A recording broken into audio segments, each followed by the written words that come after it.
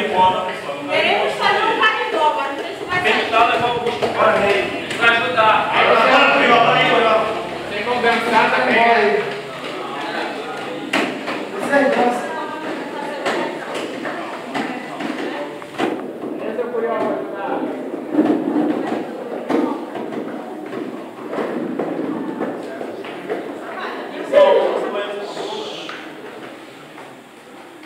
Tá aí, né?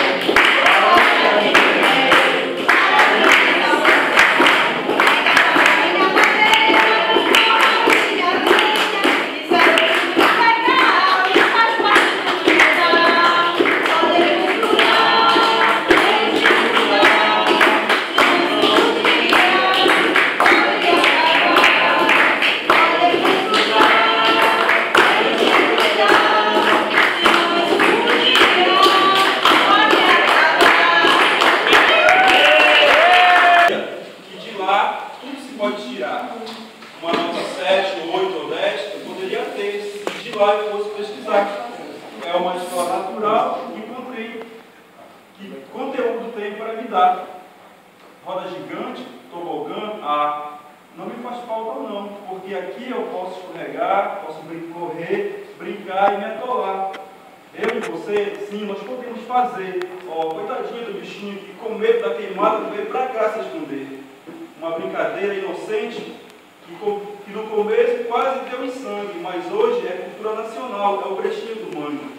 Manguezal é uma beleza de morrer. Tirar, moldar, pintar, uma arte se pode fazer.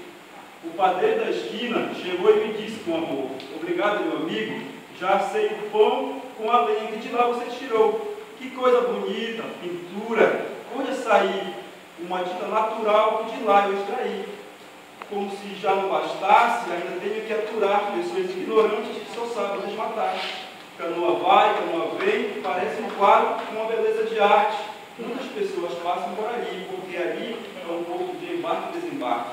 Meu pai tinha razão, nunca me deixou faltar o pão. É uma riqueza que faz rir e faz chorar, mas sempre estou a sorrir, porque estou a preservar.